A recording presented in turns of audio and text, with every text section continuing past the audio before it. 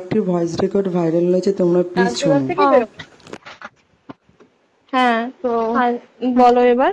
বলছি ওটা হয়েছে কি বলতো, ও 2টো অব্দি পেশেন্ট দেখেছে, ঠিক আছে? রাত্রে দুটো? রাত্রি 2টো, ঠিক আছে। আচ্ছা। 2টো অব্দি পেশেন্ট দেখেছে, দেখে রুমে এসে অনলাইনে অর্ডার করে 4জন বন্ধু মিলে খেয়েছে, ডিনার করেছে। করে ও খুব টায়ার্ড ছিল, যেহেতু 36 ঘন্টা ডিউটি ছিল, টায়ার্ড ছিল। ও কি করেছে, ওই সেমিনার রুমে গিয়ে শুয়ে পড়েছে একটা রেড কালারের ব্ল্যাঙ্কেট ঢাকা দিয়ে।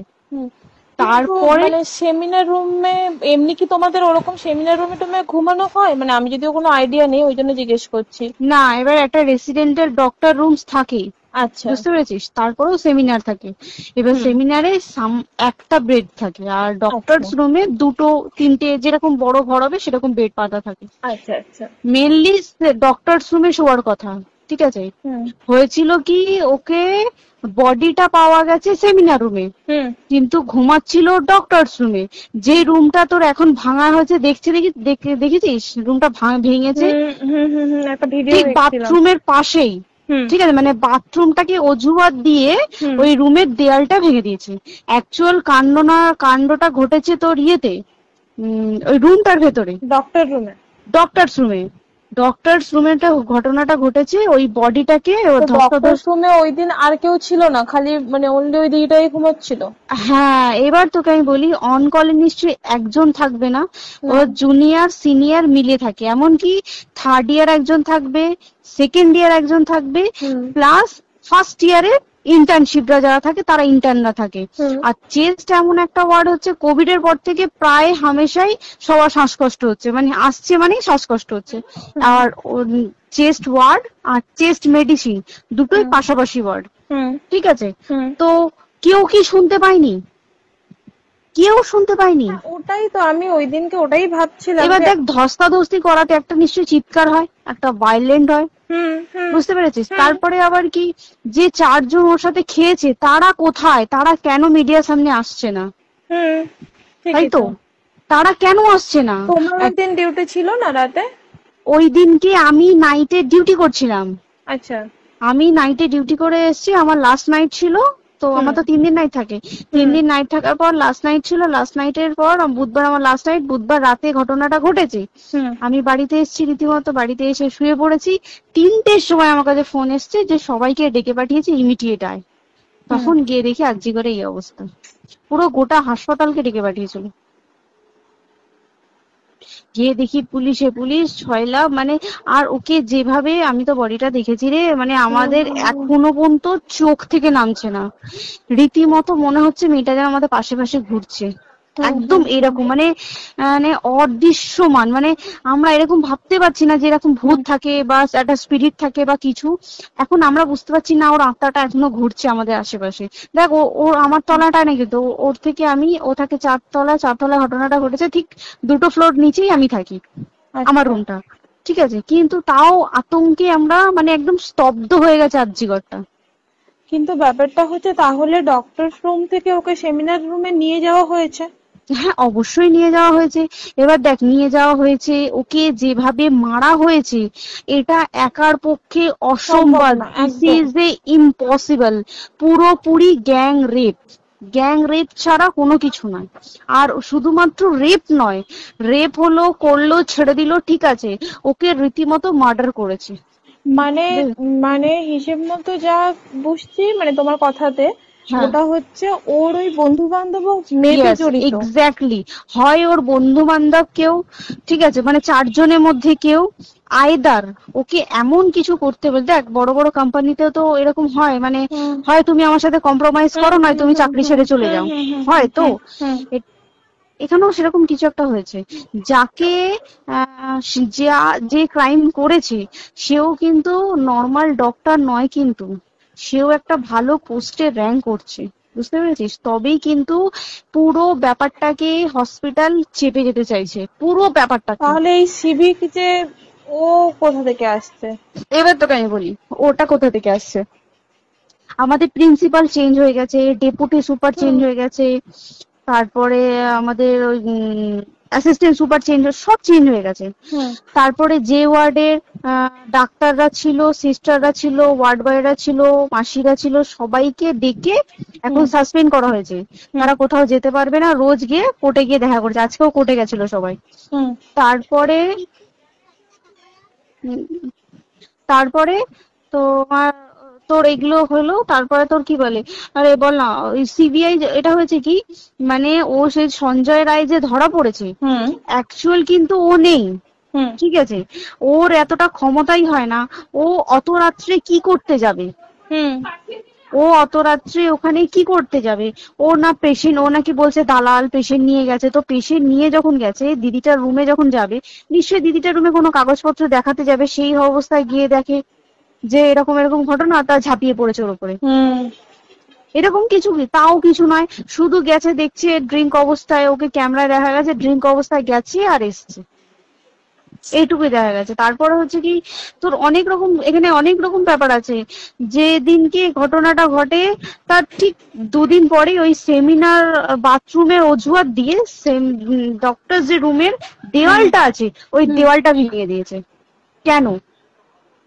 প্রথমে ওকে বললো সুসাইড করেছে, আমাদের যখন ফার্স্ট খবর আছে তখন সুসাইড করেছে।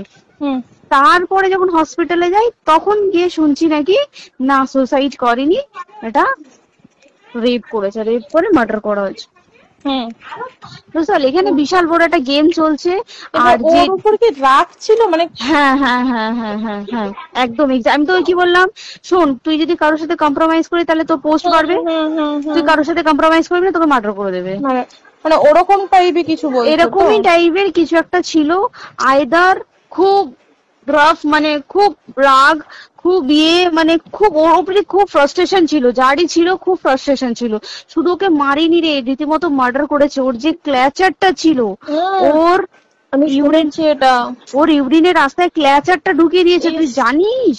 মানে কি বলবো, মানে ওকে দেখা যাচ্ছে না, আমরা তো দেখেছি নিজের চোখে, ওকে দেখা যাচ্ছে না। মানে একটা মৃত্যু কতটা, মানে এই তো মানে প্রচন্ড কষ্ট পেয়ে একটা মেয়ে মারা গেল। আর ওর যে গলাটা চেপে ধরেছে, ওর ওই চেপে ধরাতে মানে এতটাই জোরে চেপে ধরেছে যে চোখ ফেটে রক্ত বেরিয়েছে।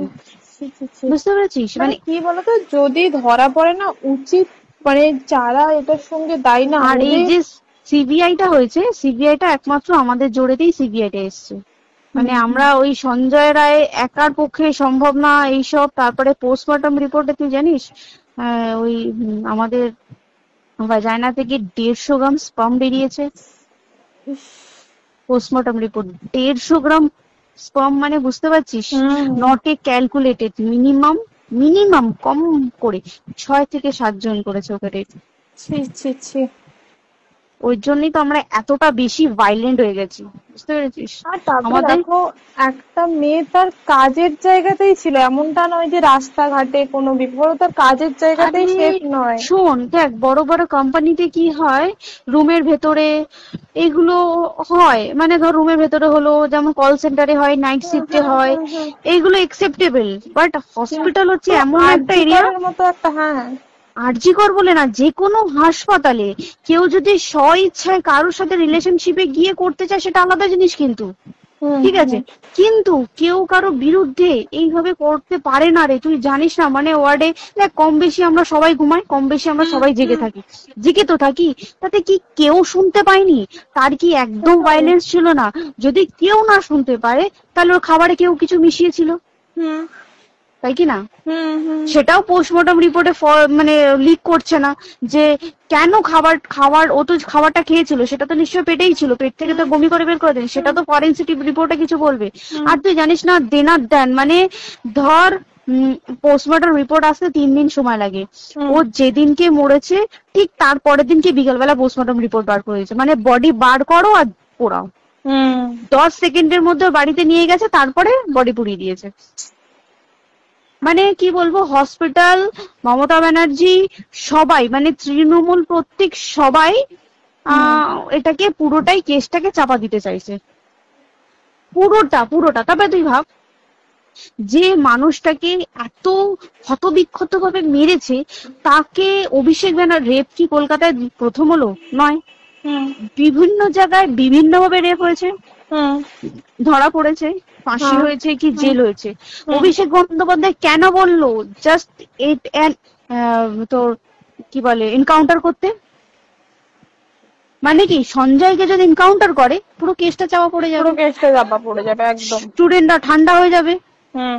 আর আমরা সেটা মানবো না, আমরা সেটা হতেই দেব না।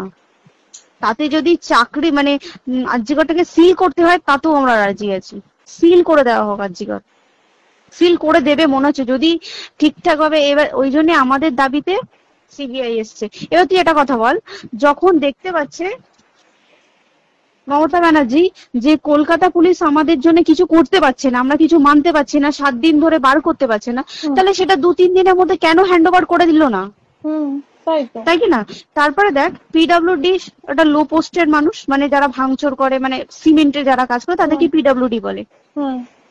এবার পিডব্লিউডি নিশ্চয়ই হায়ার অথরিটি থেকে অর্ডার এসছে তবেই ওরা গিয়ে ভেঙেছে। ওরা নিশ্চয়ই পাগল নয় দুম করে গিয়ে কোনো গভর্নমেন্ট প্রপার্টি ভেঙে দেবে। অর্ডারটা কে পাস করলো যে এখনই চেস্ট ওয়ার্ডটাকে ভাঙতে হলো? সিবিআই আসা পর্যন্ত অপেক্ষা করতে পারতো। কারণ আজকে অত বড় বিক্ষোভ হবার কারণ কি হচ্ছে? একটাই কারণ, যে মেয়েটি মারা গেছে ঠিক আছে, কিন্তু তাকে এত বেশি মলেস্ট করে, এত বেশি রেপ করে বা বেশি ওকে মেরেছে, তার কি কোনো প্রতিবাদ নেই? তুই কোথায় সেভ পাবি তুই আমাকে বল? তুই ধর চাকরি ছেড়ে আজকের সরকারি চাকরি ছেড়ে তুই প্রাইভেটে যাই, প্রাইভেটেও তো তাই একই অবস্থা, একদম প্রাইভেটেও একই অবস্থা। তুই কোনো চায়ের দোকান খুলে বসবি, অনার্সশিপে তুই বসলেও তাও এসে তো হাজার ছেলেরা থাকে, হাজার ছেলেরা টিজ করে, তুই কোথায় কি করবি? তাহলে আমাদের সেফটি কোথায়? আমাদের মুখ্যমন্ত্রী মমতা ব্যানার্জি সে একটা লেডি হয়ে তাহলে আমাদের কি সেফটি দিয়েছে? আমাদের কি লক্ষ্মী ভান্ডার দিলে this is a problem solve? পুরো মাসের আমাদের কি সব খরচা চলে যায় লক্ষ্মী ভান্ডারে? জানি না, আই ডোন্ট নো। মানে আমরা প্রচুর ক্ষেপে আছি, প্রচুর। মানে এর বিচার না চাওয়া পর্যন্ত তুই ভেবে চল কি এটা সলভ হবে না। আমরা বিচার নিয়ে আমি 2 দিন ধরেই ভাবছিলাম তোমাকে ফোন করবো, কিন্তু মানে এটা ওটাতে হয়ে উঠছে না। আর তোমাকে তো আমি ওই দিন রাতেই হোয়াটসঅ্যাপ করলাম না, এবার তখনই না আমি ব্যাপারটা অতটা বুঝতে পারিনি। আর আমার তার পরের দিনই ভোরবেলা ডিউটি, তো আমি খুব সাবধানে থাকিস, খুব সাবধানে থাকিস। হ্যাঁ তাই তো, এখন মানে তোমরাও সাবধানে থাকো সবাই। কি বলবো বল, কিছু বলার নেই। দেখ আমাদের মধ্যবিত্ত মানুষরা আমাদের চাকরি করে খেতেই হবে, সোজা কথা, তাই কিনা বল? বাবা এত পুঁজি নেই যে বসে বসে খাবো, ঠিক আছে? সেই মেন্টালিটিও নেই, যদিও থাকে মেন্টালিটিও নেই। হ্যাঁ বাবার পুঁজিতে খাবে। এবার একটা কথা তুই বল, চাকরিটা কোথায় গিয়ে করবো তুই একটা বল? কোন স্টেটে গিয়ে চাকরি করবো তুই আমাকে বল? ওই যেমন মানে এটা হয়তো আমার মা যেমন বাড়িতে থেকে 7টার মধ্যে ঢুকে যাও, দিদিকে তো ধরো অনেক রাত অব্দি 9:30 10টা অব্দি ল্যাবে থাকতেই হয় না। এবার তুই কি করবি বল? কি করবি বলো তো? এখন কিছু করার আছে? দেখ ল্যাবেও তো সব ছেলেরা আছে, ছেলে আছে মেয়ে আছে, তুই কাকে বারণ করবি? তুই কাকে বিশ্বাস করবি? তুই বল, তুই ধর কলিগদের সাথে খেতে বসেছিস, ঠিক আছে, তোর টিফিনটা যদি কেউ চাইলো তুই তাকে না দিয়ে পারবি? না একদমই। আর কার মনে যে কি আছে সেটাই তো কি বলবি বল? এবার তুই বল, খাবারটা যে খাবি, তোর টিফিন কেউ চাইলো বা তোকে যদি কেউ বললো কি একটু একটু খা, যেমন আমরা শেয়ারে হয় স্কুলে যেটা আমাদের হয়, যেটা হ্যাঁ স্বাভাবিক, এটা সবার, এটা তো স্বাভাবিক। তুই বল তাতে যদি এরকম অবস্থা হয় তাহলে কি করবে মানুষ তুই আমাকে বল? আজকেও তো তাই আমাদের দেখ না 11টা থেকে আমাদের তোর ক্যান্ডেল দিয়ে হোয়াইট ড্রেস পরে সব শ্যামবাজারে এক কথা হবে। এখন আবার বৃষ্টি শুরু হয়েছে, প্রচুর বৃষ্টি শুরু হলো, কি হবে জানি না। ঠিক আছে গো, টাটা। হ্যাঁ চল টাটা।